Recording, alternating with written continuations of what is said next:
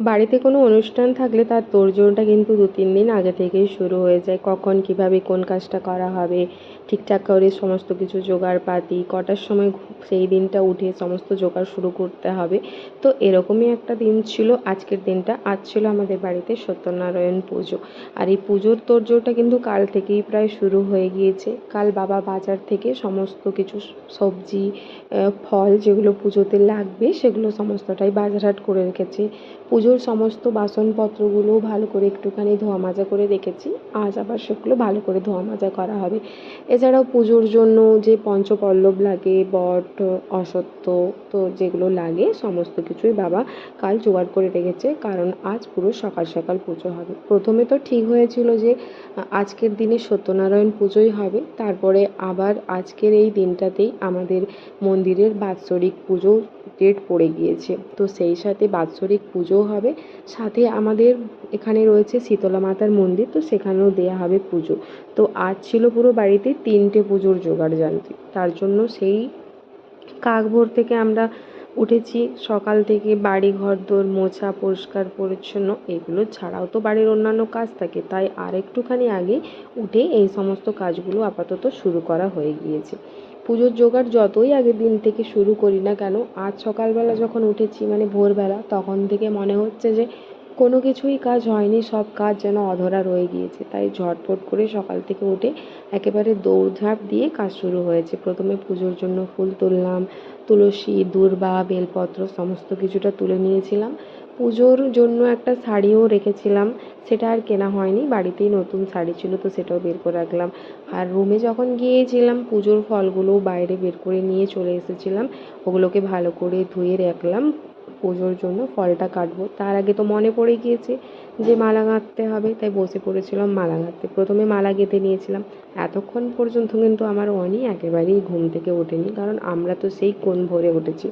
অনি ঘুমিয়েছিল, তাই কাজও খুব চটপট করেই আমাদের হচ্ছিল, কিন্তু তারই মধ্যে তো অনি আমাদের উঠে গিয়েছে। কিন্তু আমার অনি খুবই শান্ত, খুব একটা দুষ্টু না বা অবাধ্য করে না, যেখানে বসে থাকতে বলি হয়তো বসে থাকে। তবে হ্যাঁ, যেখানে যে কাজগুলো করব সেখানেই আশেপাশে বসে থাকবে, কোশ্চেন করবে, প্রত্যেকটা জিনিসে কিন্তু ওর হাত দেওয়া দরকারই দরকার।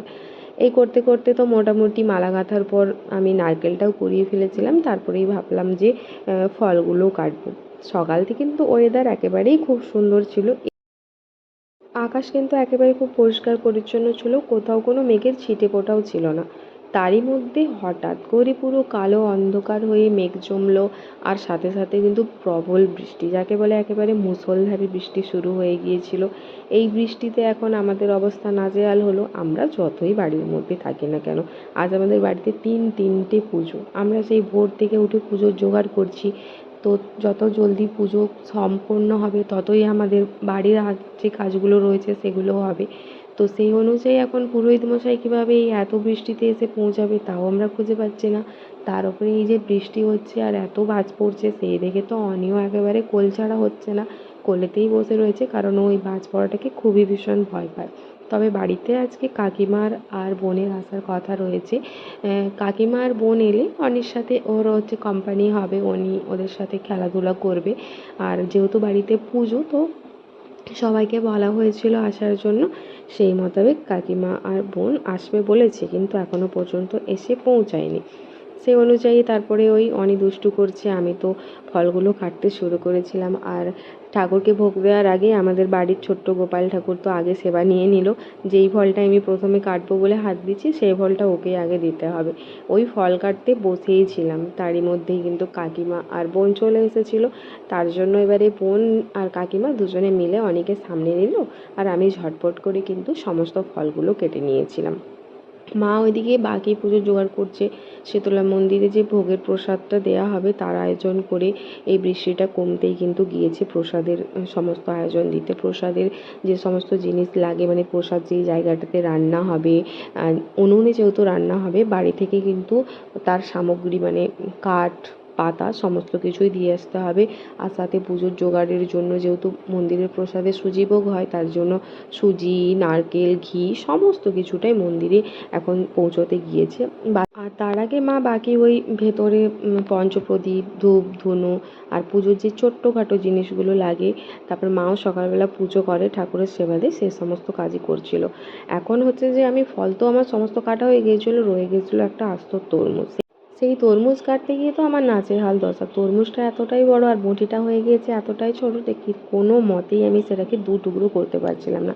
যা হোক তা হোক করে ওটা অনেক কষ্টে দু টুকরো করেছি, আর সেই নিয়ে তো সবার হাসাহাসিও শুরু হয়ে গিয়েছিল। ফল কাটা আপাতত সমস্ত হয়ে গিয়েছিল। প্রচুর যে গোটা নারকেলটা দেওয়া হবে সেটা কাকিমা একটুখানি কেটে নিচ্ছিল, আর অনি আর ওদিকে মোনা দুজনে খেলাধুলা করছিল।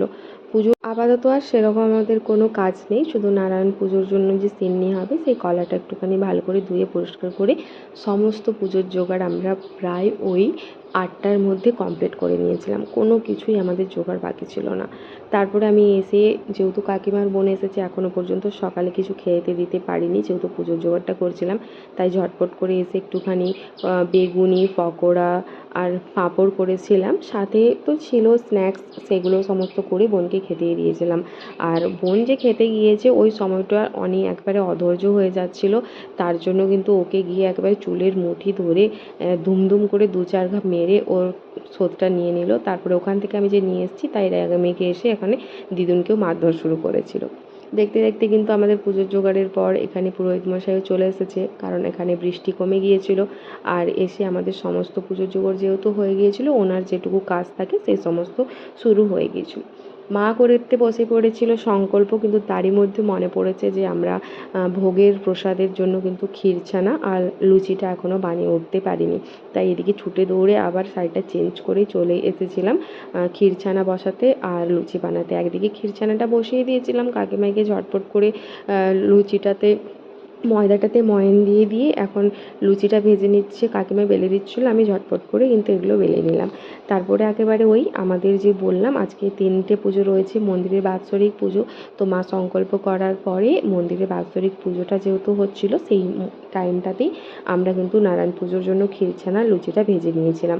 বাকি পুজোর জোগাড় হয়ে যাওয়ার পর পুজোও এখানে হয়ে গিয়েছে। আমাদের বাড়িতে কিন্তু প্রত্যেক বছরই পুজো হয়, কিন্তু 2টো বছর আমাদের বাড়িতে নারায়ণ পুজো বন্ধ ছিল।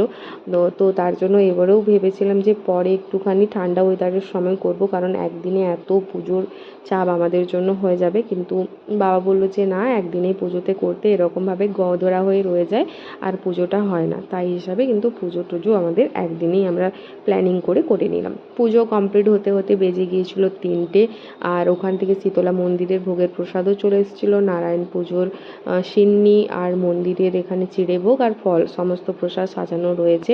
বিকেলবেলা এবারে পুরো পাড়াতে যেহেতু প্রসাদ দেওয়ার ব্যাপার রয়েছে, ওখানে এখন যাওয়া হবে প্রসাদ দিতে।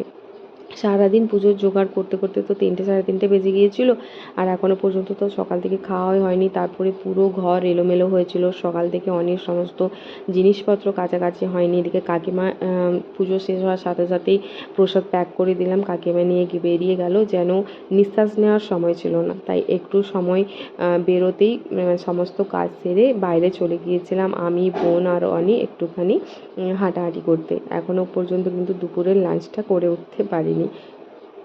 বোন অনেকে নিয়ে খেলা করছে, তো তাই ভাবলাম চলে যাই দুপুরের লাঞ্চটা করে নিই। আর কাকিমা কিন্তু খাওয়া দাওয়া করেই গিয়েছে। আর আজকে লাঞ্চে যেহেতু নিরামিষ, তো নিরামিষ এই পদগুলোই রান্না করেছিলাম। খাওয়া দাওয়ার পরে এবার সবাইকে যাব প্রসাদ দিতে, তাই ঝটপট করে খাওয়া দাওয়াটা সারছি, তারপর একটুখানি ঘুমোতে পারলেই নিস্তার।